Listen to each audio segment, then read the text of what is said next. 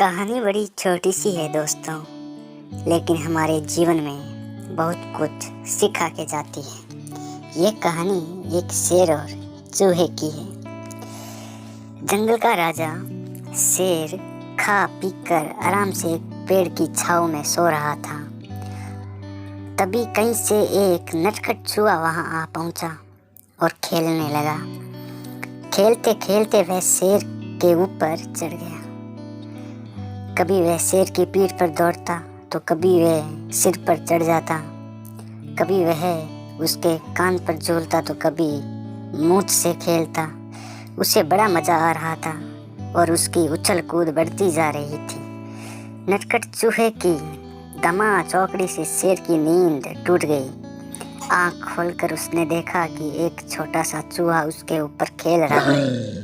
उसे बहुत गुस्सा आया और उसने चूहे को अपने पंजे में दबोच लिया। शेर के पंजे में आते ही चूहा डर गया और थर थर कांपने लगा।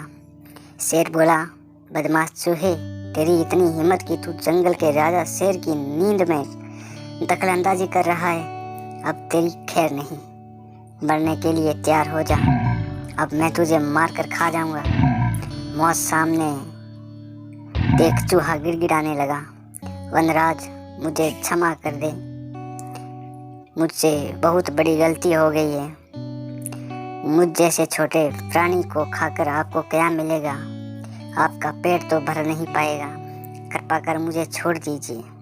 अवसर आने पर मैं अवश्य आपके काम आऊँगा। चूहे की ये बात सुनकर शेर हंसने लगा और बोला, मैं जंगल का राजा हूँ, मुझसे बलशाली इस पूरे जंगल में कोई नहीं है। तू छोटा सा चूहा मेरे क्या काम आएगा? लेकिन फिर भी मैं दया करके तुझे प्राणदान देता हूँ। मेरी नज़रों से दूर हो जा और आइंदा से कभी मेरी नींद में दखलंदाजी मत डालना। चूहा धन्यवाद कहकर वहाँ से चला गया। कुछ दिन बीते। एक दिन शेर जंगल में शिकार के लिए घूम रहा था कि वह एक शिकारी द्वारा बिछाए जाए जाल में फंस गया। उसने बहुत प्रयत्न किया किंतु जाल से बाहर नहीं आ पाया। वह मदद के लिए दहाड़ने लगा। शेर की दहाड़ वहां से गुजर रहे एक चूहे के कानों में पड़ी। वह वही चूहा था जिसे शेर ने दया कर प्राणदान दिया था। चूहा दहाड़ की दिशा में गया तो शेर को जाल में फंसा हुआ पाया। उसने फौरन अपने नकीले दांतों से जाल काट दिया। शेर आज़ाद हो गया।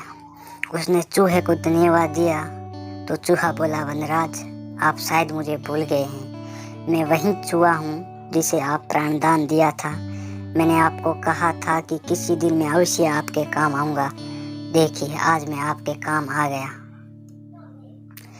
शेर को वह दिन याद आ गया और उस दिन की अपनी सोच पर बहुत पछतावा हुआ कि जिस चूहे को उसने तुच्छ समझा था, उसी की सहायता से वह शिकारी से बच पाया है। कहानी बड़ी छोटी सी है लेकिन हमें बहुत कुछ सिखा के जाती है। इस कहानी से हमें यह सीख मिलती है कि बाहरी स्वरूप देखकर किसी की योग्यता का आकलन नहीं करना चाहिए और उपकार कभी व्यर्थ नहीं जाता। किसी न किसी रूप में उसका फल अवश्य प्राप्त होता है।